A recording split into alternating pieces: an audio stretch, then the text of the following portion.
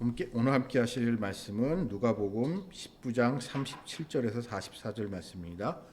누가복음 19장 37절에서부터 44절 말씀. 19장 37절에서 44절 말씀. 우리 같이 읽어보겠습니다. 받들어 읽겠습니다.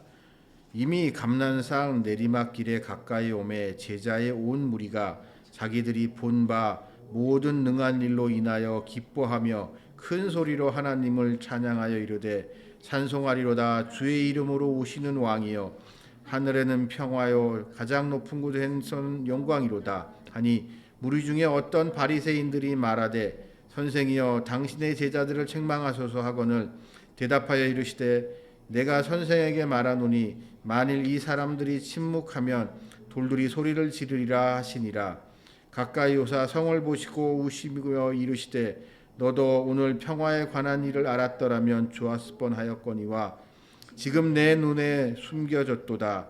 날이 이르리니 네 원수들이 둔토를 쌓고 너를 둘러 사면으로 가두고 또 너와 및 그 가운데 있는 내 자식들을 땅에 맺히며 돌 하나도 돌 위에 남기지 아니하리니 이는 내가 보살핌을 받는 날을 알지 못함이니라 하시니라. 아멘.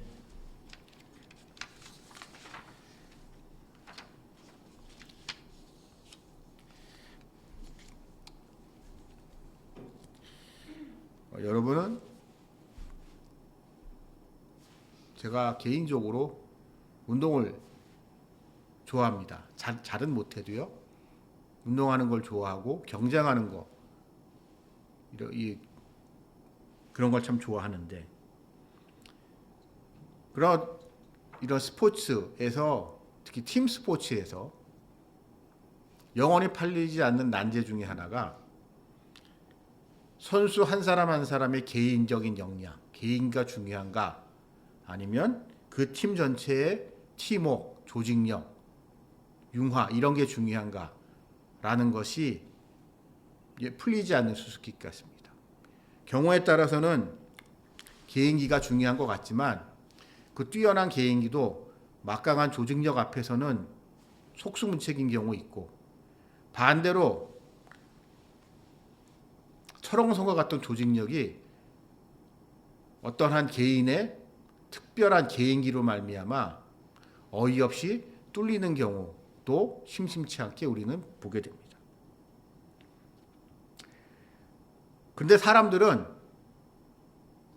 기억하는 것은 이 막강한 조직력, 철옹성과 같은 조직력보다는 그 철옹성과 같은 조직력을 개인의 능력으로 무너뜨리고 승리를 쟁취한 탁월한 개인에 대한 기억이 우리에게 훨씬 더 강렬하게 남아 있습니다.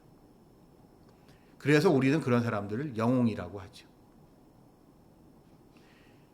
압도적으로 불리한 상황 속에서 불가능한 승리를 쟁취한 자신의 능력으로 남들은 감히 엄두도 내지 못할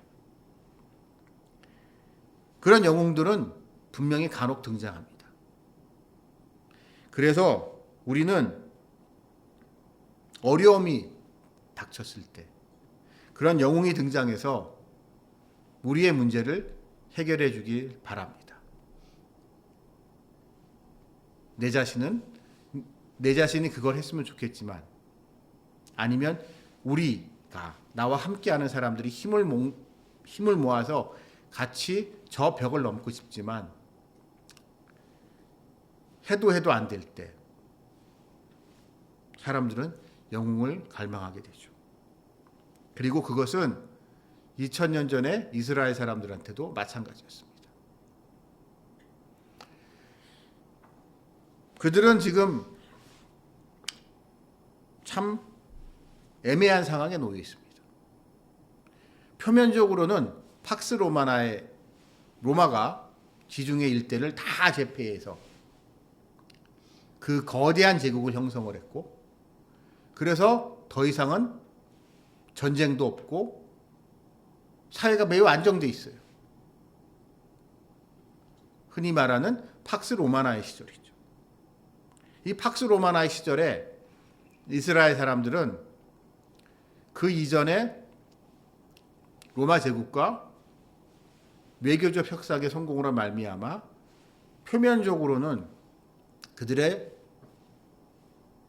종교적 자치가 인정받았고 그것을 통하여 그들은 자신들의 정체성을 유지시킬 수 있는 특권을 누리고 있습니다. 그리고 반쪽이나마 이스라엘의 왕, 노술하고 있던 헤롯 왕이 있어서 로마와의 관계가 긴장돼 있고 불편한 부분은 있지만 큰 문제 없이 잘 지내고 있는,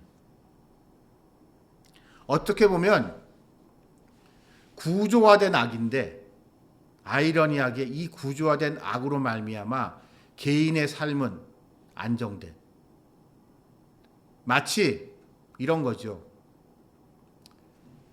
지금은 어떤지 모르겠습니다만 제가 어렸을 때 미국에서 가장 안전한 도시가 어디냐? 가장 안전한 도시. 한밤중에도 아무 걱정 없이 걸어 다닐 수 있는 도시. 한밤중에도 우리가 이제 보통 생각하고 있는 미국의 그 치안들이 보통 안 좋다고 하잖아요. 밤에 함부로 걸어 다니면 안 된다고 하는데 한밤중에도 마음 놓고 걸어 다닐 수 있는 도시가 딱 한 군데 있는데, 우리가 알 만한 대도시 중에 그 대도시가 어디였냐? 라스베가스라고 그랬어요. 왜냐하면 라스베가스는 카지노가 있잖아요. 근데 그 카지노는 누가 운영해요? 마피아들이 운영하기 때문에. 그 마피아를 중심으로 한, 마피아가 운영하는 카지노를 중심으로 한 거대한 폭력, 악의 이 카르텔 때문에 오히려 보통 사람들은 더 안전하게 지낼 수 있다는 이야기를 들었습니다. 지금은 어떤지 모르겠어요. 근데 제가 어렸을 때 그런 얘기를 들었는데, 이스라엘 사람들의 상황이 그와 좀 굳이 따지자면 유사한 거죠. 겉으로 보기에는 그 이전에 이제 그런 근동 지역에 이 나라 저 나라가 맨날 치고받고 싸우게 되면 그 사이에 껴서 힘들었던 이스라엘 사람들이지만, 이제는 이제 그런 걱정 안 하고 대신 이제 세금을 좀 많이 내고 이제 로마 군인들의 이렇게 수탈에 행패에 시달리기는 했지만, 그래도 로마 군사들이 약간의 행패는 부릴지라도 무슨 도적대들 같이 민간인들을 약탈하는 집단은 아니었기 때문에 나름 군기가 센. 그리고 그러한 정치 권력의 비호하에 이스라엘 사람들은 표면적으로는 잘 보내는 것 같았지만 그러면서 신앙생활을 마음대로 할 수 있었죠. 우리 성경에 보게 되면 바리새인들도 있고 사두개들도 있잖아요. 그건 역설적으로 말해서 같은 유대교 내에서도 다양성이 인정됐다는 거예요. 그러니까 우리 보통 얘기하는 예수님 당시에 유대교에 네 개의 파벌이 있다고 하잖아요. 사두개인, 바리새인, 에세네파, 열심당원. 이 네 부류의 이스라엘 사람들이 공존했다는 것은 특히 성전 제사를 중시하는 사두개인들과 율법을 강조한 바리새인들이 서로 경쟁하고 대립했을지라도 그들 모두 공존했다는 것은 큰 범주 내에서 문제만 없다 그러면 어느 정도 종교적 자유도 보장되는 듯한 그런 형태였기 때문에 이스라엘 사람들은 겉으로 보기에는 잘 지내는 것 같았지만 그들 마음속에는 여전히 풀리지 않는 무언가에 대한 갈망이 있었습니다. 왜냐하면 겉으로 보기에는 이렇게 안정되어 있는, 사회적으로, 종교적으로, 정치적으로 모든 것이 안정되어 있는 그 가운데 개인은, 한 사람 한 사람은 하나님과의 올바른 인격적인 관계 속에서 구원의 기쁨과 감격을 누리지 못하고 살았기 때문이죠. 이 사람들은 율법은 지킵니다. 내가 예를 들어서 바리새파의 주장이 맞다고 생각하면 바리새인들이 요구하듯이 율법에 철저하게 지켜요. 하지만 그 사람들 안에 과연 우리가 늘 은혜의 감격이 있었을까요? 그들은 율법을 잘 지키면서도 늘 그런 공포에 시달립니다. 내가 혹시 율법을 지키지 못하면 어떻게 하지? 지금까지는 내가 율법을 잘 지켜왔는데 나도 사람인지라 혹시 실수해서 내지는 나도 모르게 율법을 어기면 어떻게 하지라는 그러한 공포, 그러한 불안. 또 같은 바리새인 안에서도 여러 파벌이 있었기 때문에 여기서는 이렇게 해야 된다고 얘기하고 저기서는 저렇게 해야 된다고 얘기하고 얘기가 조금씩 다르거든요. 그중에 자기가 취사 선택을 하는 거지만 나의 선택이 옳은가? 난 이게 옳은 것 같아서 이걸 택했는데 그러한 불안이 있었던 거예요. 사두개인들이 옳다고 생각했던 사람들은 성전제사는 열심히 지내지만 모세오경에서 정한 성전제사는 열심히 지내지만 그냥 형식적으로 되어 있고 그것이 얼마나 권력화되어 있고 그것이 얼마나 돈으로 얽혀져 있는지를 너무 잘 알고 있기 때문에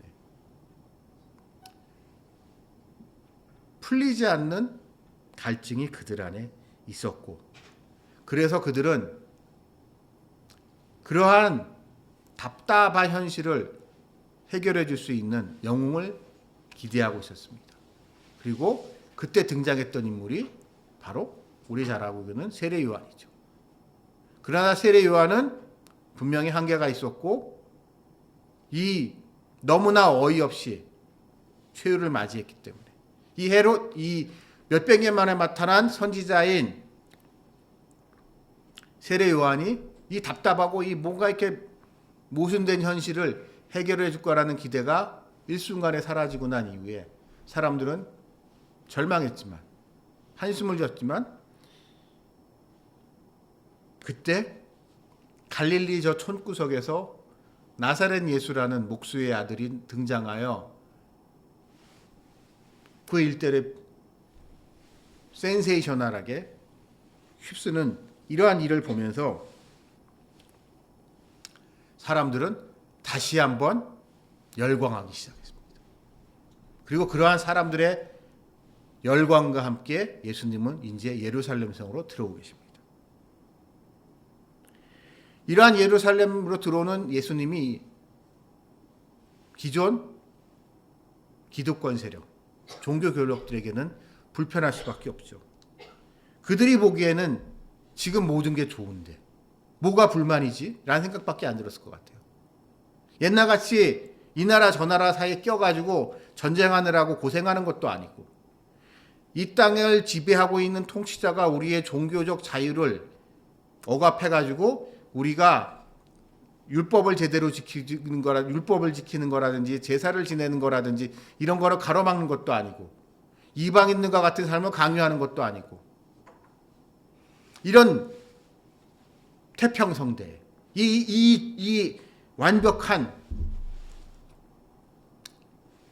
하나님 믿기 좋은 이 사회를 만들기 위해서 자기네들이 얼마나 수고하고 노력해 왔는지 그들은 자부심을 가지고 있었을 텐데요. 그런 이들에게 예수님한테 열광하는 이스라엘 사람들, 민중들의 모습은 좀 서운했을 것 같아요. 내가 얼마나 열심히 했는데. 그러니까 바리새인들이나 사두개인들이나 그들의 스승들, 그들의 조상들이 그나마 이거라도 지키기 위해서 얼마나 많이 죽어나갔는가, 얼마나 많은 희생을 치렀는가를 그들은 생각하고 있었기 때문에 서운했을 겁니다. 그래서 오늘 이 말씀에 나오듯이 예수님한테 열광하는 이스라엘 사람들,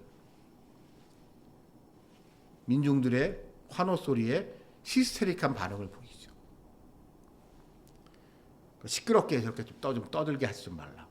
예수님한테 요청을 하지만 예수님은 그들의 요청을 단호하게 거절하시고 그들이 마음껏 호산나를 외칠 수 있게 내버려 두십니다. 그랬던 예수님이 갑자기 말이에요. 갑자기 우세요. 여러분이 이 현장에 있었다고 생각을 해보십시오. 얼마나 황당하셨겠습니까? 기쁜 자리잖아요. 좋은 자리잖아요. 이곳에 모여있는 이 많은 사람들이 예수님한테 열광하고 있잖아요. 그래서 이 사람들의 이 열의와 열망과 함께 이제 예루살렘 성에 들어가니 이 에너지를 가지고 저기 딱 뭘 하면 게임 끝날 것 같은 이 열광이 넘쳐나는 이 상황 속에서, 그래서 아마 이 모습을 보면서 예수님의 제자 같은 사람들, 베드로나 뭐 이런 사람들 다 아마 이제 막 그 심장이 터질 것 같아요. 야, 내가 예수님 옛날에 별별 없을 때 그때부터 3년을 쫓아다녔는데, 야, 3년 쫓아다니는 보람이 있다. 3년 동안 참 이런 일도 있고 저런 일도 있고, 한때는 밥도 제대로 못 얻어먹었고 어떨 때는 사람들한테 무시도 당하고 했지만,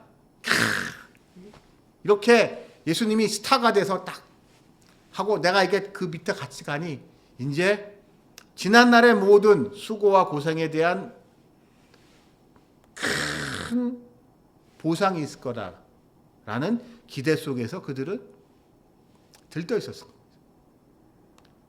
근데 그들 앞에서 예수님이 갑자기 우시는 거예요. 통곡을 하시는 거예요.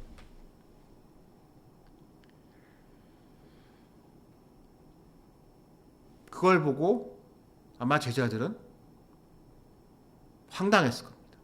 그걸 지켜본 모든 사람들은 예수님이 갑자기 왜 저러시지? 너무 좋아서 그러신가? 아니 갑자기 왜 저러시지? 오늘같이 좋은 날 라는 생각을 했을 텐데, 그때 그 자리에서 예수님은 예루살렘에 있을 일을 구약에 등장하는 구약의 여러 선지자들이 남긴 심판의 메시지를, 심판의 모티브를 이용을 해서 예루살렘이 예루살렘이 무너질 것을 말씀하십니다. 갑자기.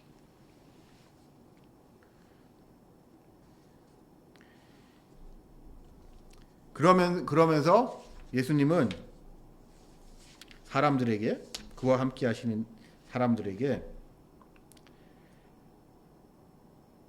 이 예루살렘 성은 너희가 이렇게 열광하고 있고 너희가 이렇게 꿈꾸는 이 거룩한 성 예루살렘 흔적도 없이 사라질 거다. 아주 박살이 날 거다 라고 얘기하는 그 심판의 메시지와 더불어 특이한 표현을 사용하십니다. 44절에서 보면 보살핌을 받는 날, 이는 내가 보살핌을 받는 날을 알지 못함을 인하니라. 성경에서 다른 곳에서는 발견할 수 없었던 보살핌을 받는 날이라는 표현이 등장해요. 이 보살핌을 받는 날을 모르기 때문에 너희가 망할 것이다 라는 예수님의 말씀하고 있습니다. 그럼 여기서 과연 이 보살핌을 받는 날이라는 게 무엇일까? 라는 거에 대해서 우리는 생각을 해봐야 됩니다. 왜 이곳에서만 예수님은 보살핌을 받는 날이라는 표현을 사용했습니까? 일반적으로 성경에서는 이런 우리에게 익숙한 맥락은 이런 흐름 속에서 등장하는 단어는 보통 구원입니다. 구원, 구속, 속량 이런 표현이 보통 등장을 해요. 그래서 일부 성경에서는 번역한 거 보면은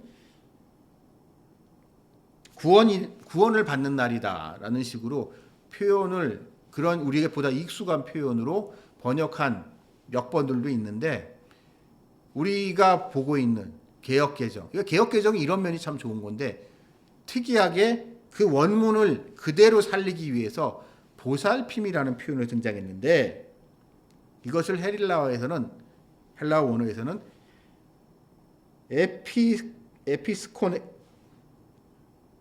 에피스코네입니다. 헬라에. 근데 에스피코네라는 표현이 좀 특이한 표현입니다. 이것은 보살핌으로 우리가 보통 번역을 하고 있는데 이것은 사적인 케어가 아니에요. 개인과 개인 간에. 엄마가 자식들을 돌본다든가 이러한 개인과 개인 간의 보살핌이라는 게 있을 수 있잖아요. 간호사가 환자를 돌보는 것 같은 이런 보살핌. 우리 보통 보살핌 하면 그것이 생각나는데 에피스코페는 그러한 개인과 개인 간의 케어, 텐더니스 이런 거를 표현하는 게 아니라 공적인 돌봄을 의미합니다. 공적인 구제. 그러니까 예를 들어서 여러분 장애인이 있다고 칩시다. 장애인을 정부에서 돌봐주는데 그게 개인이 정부와 상관없이 교회 같은 데서 원래 장애인들을 봉사 많이 하잖아요. 그러면서 장애인들 많이 섬겨왔단 말이에요. 그건 공적인 게 아닙니다. 교회에서 하는 것이고 봉사단체에서 하는 것이고 이것은 사적인 영역이기 때문에 이것은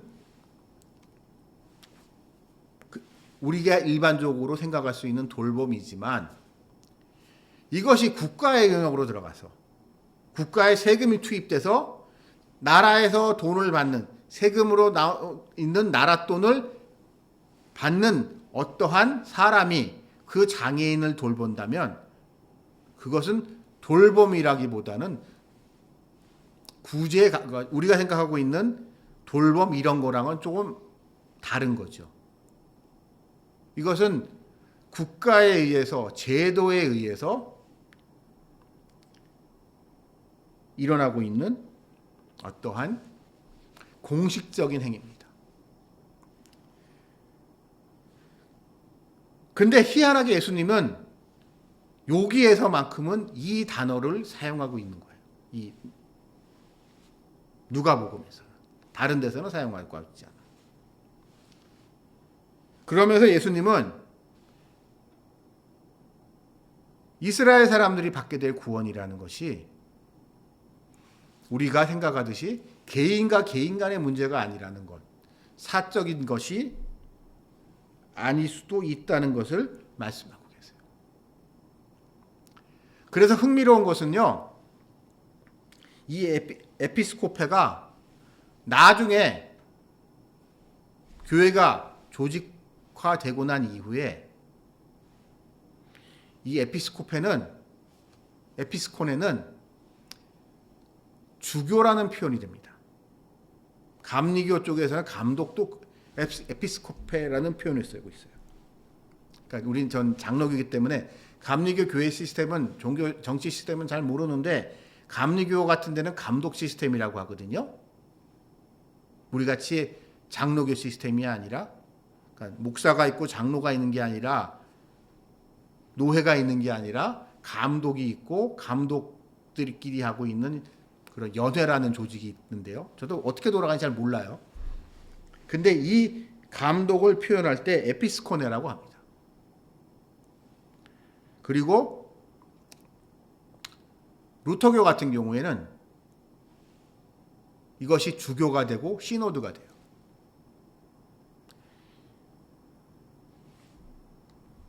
그렇게 이 본문을 통해서 개인의 구원은 어떤 사적이고 비정형화된 것이 아니라 제도화되어 있고 공적인 것이라는 것을 말씀하고 계십니다.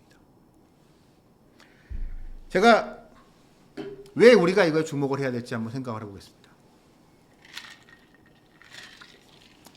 우리나라 사람들은요, 이 약간 샤머니즘 전통이 강해요.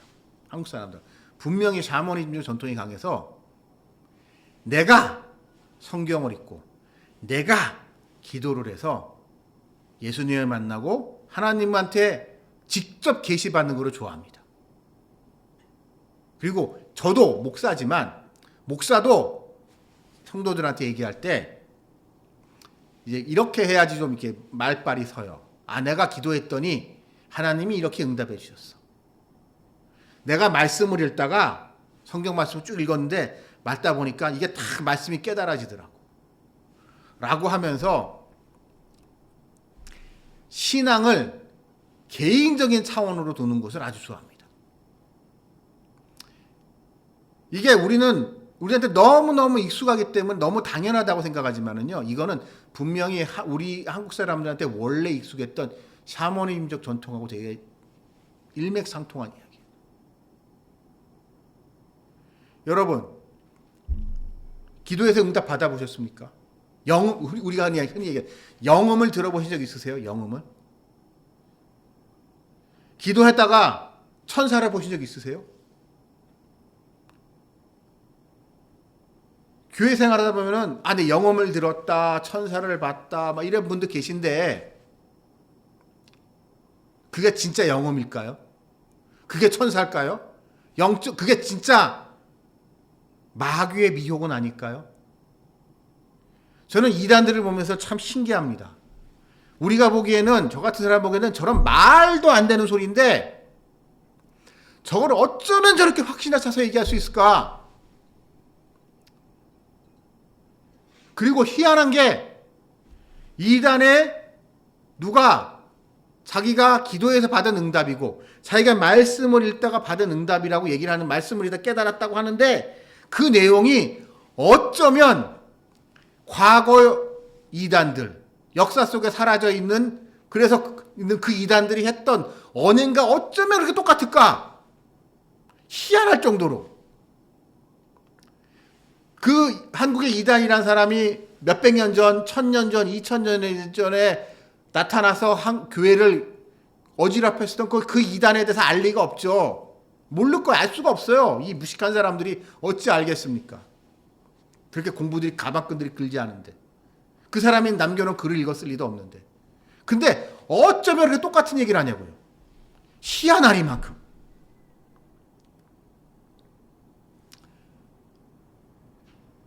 근데 그런 사람들일수록 겉으로 보기에는 더 믿음이 좋아 보이고 더 확신에 차서 이야기하고, 그러니까 사람들이 헷갈리는 거예요. 경우에 따라서는 더 기도의 응답도 잘 받는 것 같고 아픈 것도 잘 나은 것 같고 쪽집게같이 탁탁 집어내주고. 그러나 여러분, 우리가 믿고 있는 기독교는 그런 종교가 아닙니다. 분명히 그런 종교가 아니에요. 기독교는요, 교회의 종교입니다. 개인의 종교가 아니에요. 이게 조금 익숙치 않을 수 있는데요. 교회가 먼저냐, 믿음이 먼저냐, 어느 게 먼저라고 얘기하기 힘들지만 한 가지 분명한 건 있습니다. 그 믿음이 참된 믿음인가 아닌가를 결정하는데 가장 중요한 것은 교회의 가르침입니다. 제가 그런 이단 얘기했잖아요. 그 사람들이 1000년 전, 2000년 전에 그렇게 등장했었던 이단들에 대한 이야기, 그 사람들의 주장 같은 걸 어떻게 할 수 있죠? 교회의 전통 속에서 우리가 저같이 이제 공부를 좀 하다 보면 책 같은 걸 읽다 보게 되면 알게 되는 거예요.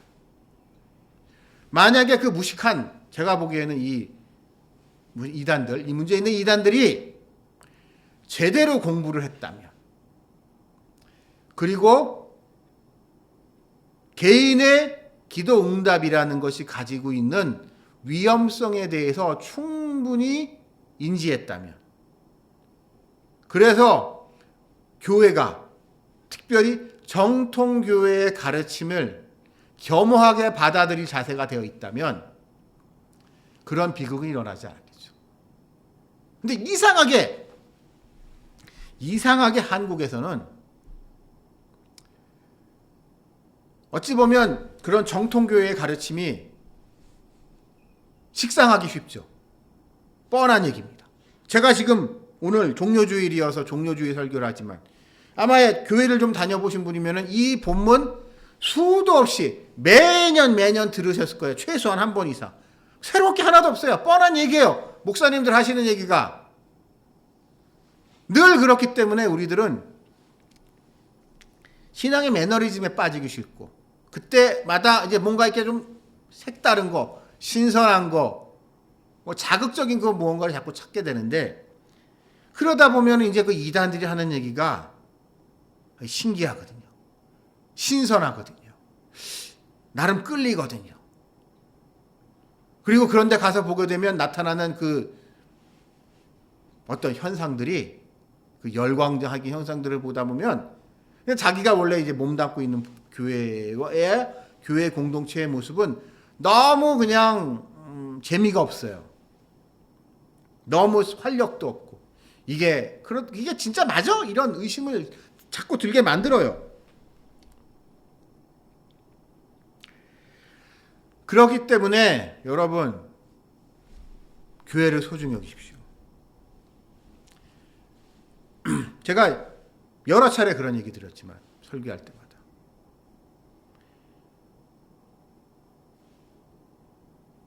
내가 예수를 잘 믿어서 구원에 이른다? 맞는 얘기예요. 맞는 얘기예요. 예수를 잘 믿어서 구원받자. 맞는데요. 이 예수를 잘 믿는다는 것에 전제 조건이 한 가지 있어요. 예수님이 몸된 교회를 잘 섬기는 겁니다. 예수님이 몸된 교회를. 예수님이 성경에서 얼마나 공동체를 사랑하셨고 또한 사도 바울이 교회를 얼마나 강조했는지 교회의 가르침과 교회의 전통을 강조했는지를 믿지 않으면 그거에 대한 철저한 믿음 또한 중요한 믿음이라는 거예요. 사람들은 보통 믿음이라는 거를 나의 개인적인 확신, 나 예수님 잘 알아, 예수님 믿어 라고 하면서도 예수님이 하셨던 말씀, 예수님에 대한 교회의 가르침 중에 자기에게 불편한 거, 자기가 납득하기 힘든 거, 자기가 싫은 거는 그냥 외면해요. 근데 여러분 참된 믿음이라고 하면 무엇일까요? 나한테 불편한 것도 아멘으로 받아들일 수 있는 그것이 참된 믿음입니다. 참 이게 어려워요. 이 교만한 현대사회에서. 분명히 아니라는 건 아니라고 얘기를, 그러니까 개인의 생각이 어쨌든 말씀이, 그리고 말씀에 대한 해석이 나와 다르다면 내가 잘못 생각했었네 라는 것을 깨달아야 되고, 특히 기도의 응답, 그러니까 기도의 응답이라는 것도 여러분, 그러니까 정말 조심해야 되는 거거든요. 내가 아무리 확신에 찬 기도 응답을 받았을지라도 교회의 가르침이 그게 아니다 라고 하게 되면 아닌 거예요. 예를 들어서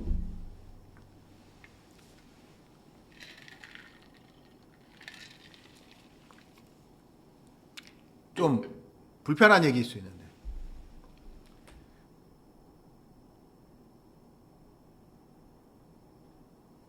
좀 불편한 얘기입니다만 남녀 관계에 있어서도 그래요.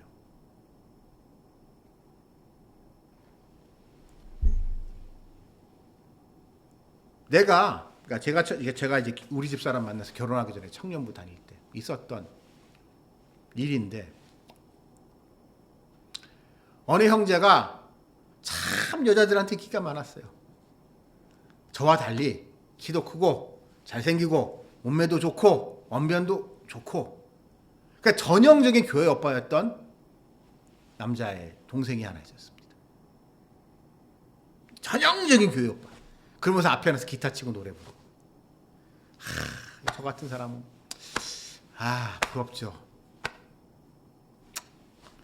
전 그런 능력이 없으니까. 그런데 그 친구가 좋은 친구니까, 좋은 동생이니까 겸허하게 현실을 받아들였었는데, 참 그러니까요, 이제 이런 일이 너무 많았어요. 자매분들이, 믿음 좋은 자매분들이 응답받았대요. 나 쟤랑 결혼해야 된대요. 하나님이 쟤랑 결혼하라고 응답하셨다는 거예요. 그래서 난 쟤랑 결혼해야겠다고. 저 남자애랑. 그 남자애를 찾아가서, 야, 내가 기도했더니 너랑 결혼하래. 너 나랑 결혼해야 돼. 라는 기도 응답을 받았다고 우기는 자매분이 꽤 여러 분 있었습니다. 꽤 여러 분. 근데 그 자매들은, 평소에 그 자매들은 정말 모범적이에요. 아주 신앙생활을 열심히 하고, 기도 생활도 열심히 하고, 말씀 공부도 열심히 하고, 무엇 하나 부족할 거 없는 그런 자매들이었는데, 그런 자매들이 어쩌면 그렇게 하나같이 한 남자를 두고 기도했는데 다들 똑같은 응답을 받았나?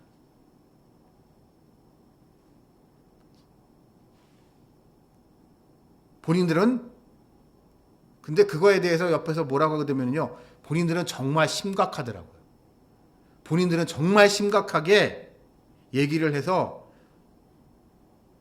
뭐라고 말할 수 없었고, 근데 그러다가 결국 한 자매랑 결혼하니까 나머지 자매들은, 기도받아 응답받았던 그 자매들은, 아니야, 제가 시험에 들어서 그래.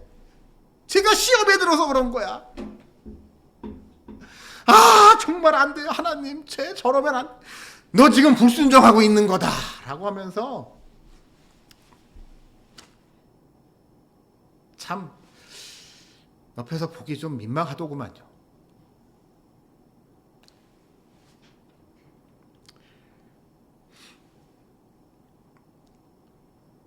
제가 이 얘기를 드리는 이유는 우리에게 왜 교회가 필요하고, 왜 공동체가 필요하고, 왜 교회의 가르침과 교회의 질서가 중요한지에 대해서 말씀드립니다. 특히 오늘날과 같이 개인의 권위, 그러니까 개인의 권리가 강조가 되면서, 좀 지나치게 강조가 되면서 하극상이 일상이 되어버린 현대사회에서는 인간들이 너무 건방져졌어요.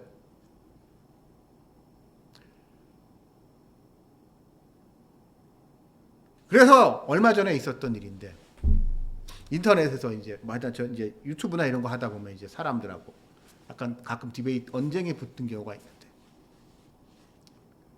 어느 한 인간이 한글 성경을 폄하하는 거예요. 영어 성경으로 봐야지 이해가 되고, 한글 성경은 내가 봐서 영 무슨 소리인지 못 알아듣겠다고, 우리가 예배 때 사용하는 한글 성경을 디스하는 걸 보고 꼭지가 돌았습니다. 제가 자신 있게 말씀드리겠습니다. 명세기재 신학 박사잖아요. 웬만한 영어 성경보다요, 우리가 예배에서 쓰고 있는 개역 개정판이요, 헬라어나 히브리어에 훨씬 더 가깝습니다. 뭐 예외는 있어요.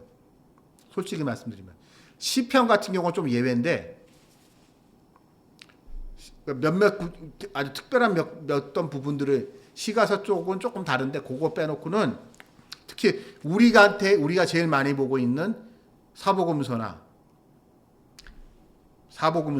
그 다음에 모세오경, 이런 우리가 많이 보는 부분들 있잖아요. 아무래도 예배 시간에 바울 서신서 같은 경우는요, 영어 성경보다 한글 성경, 영어 성경 웬만한 킹제임스 같은 건 쓰레기고,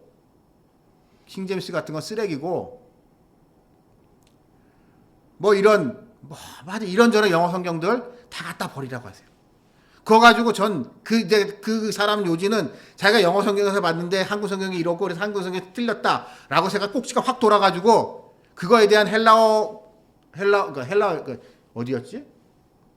헬라어 에베소서였는데 제가 한동안 에베소서 강의했었잖아요. 에베소서를 봤던 거 기억이 나가지고 그거를 이제 헬라어 성경에서 찾아가지고 이제 얘기했더니 뭐 찍소리도 못하고 아무 소리도 안 하고 그냥 씹고 지 말을 그래도 지 하고 싶은 말 떠들어.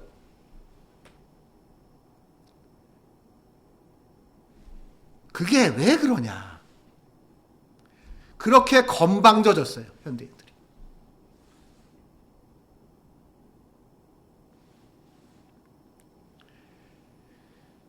그렇기 때문에 우리는 교회를 소중하게 생각합니다. 그리고 교회 전통을 존중해야 돼요. 오늘이 종료주일이죠. 전 옛날에 그런 생각도 했어요. 야, 종료주일 같은 거 꼭 해야 되나? 아니 크리스마스도 예수님이 태어난 날도 크리스마스가 아니라는데 12월 24일, 25일 때가 아니고 예수님이 태어난 날은 따로 있다는데 그냥 교회에서 옛날에 무슨 교황이 뭐 해가지고 그날을 예수님의 태어난 크리스마스로 정했다는데 그걸 꼭 지켜야 되나? 라는 제가 좀 삐딱하잖아요. 그런 삐딱한 생각했던 적이 있고 종료주일이나 이런 것도 이런 일이 있었다는 건 알지만 이게 정확히 언제였는지 잘 모르겠고 이거 그러니까 이걸 해야 되는 거고 뭐 그러면서 솔직히 말씀드리겠습니다. 옛날에 제가 삐딱하던 시절에 야 이거 다 이러면서 교회에서 무슨 감사원금 받으려고 그러는 거 아니야? 절기원금 받으려고 하는 거 아니야? 또 특별헌금 내야 되네. 뭐 하다 그런 아주 불량한 생각을 제가 많이 했던 사람이어서 더 이제 그 위험성을 잘 알고 있습니다. 우리가 그렇게 교회 전통이라든가 교회 가르침에 반기를 드는 거는 결국 내 욕심 때문이에요. 내 욕심. 교회의 가르침이 뭔가 불편했기 때문이에요. 그것이 성경적으로 옳고 그르고는 둘째치고 대부분의 경우에 그냥 내가 불편해. 예를 들어서 동성애자들. 아니 수천 년 동안 교회에서 동성애는 잘못된 거다라고 가르쳐왔고 그게 교회에 너무나 당연한 상식이었는데 그리고 그것을 지지하는 수많은 성경 구절이 있는데 그거를 묘하게 틀어 꼬아가지고 꼰단 말이에요. 왜? 지가 마음대로 하고 싶으니까. 죄책감 없이. 마음대로 사랑하고 싶은 사람하고 사랑하고 싶어서.